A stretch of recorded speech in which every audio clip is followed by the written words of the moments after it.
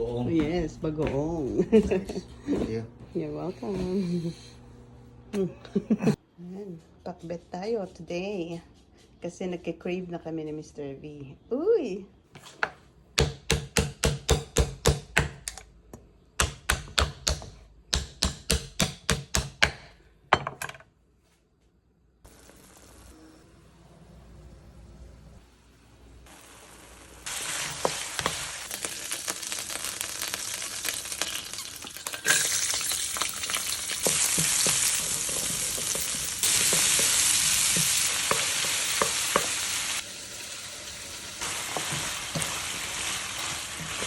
Tulo muna, balik muna sa office at may tawag si customer. To work while nakasalang ang ating pakbet. Dami, parang pang barangay.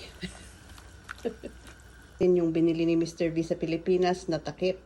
Para dyan. Din daw ni CJ, kaya dinagdagan ko na yung gulay. Para lahat tayo masaya sa pinakbet. Wow! Naman natin ang ating mga babies. Ready na to, Mr. V. Come on home na. Your wish is my command.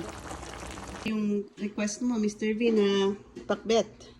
Pakbet Banggar. Dami.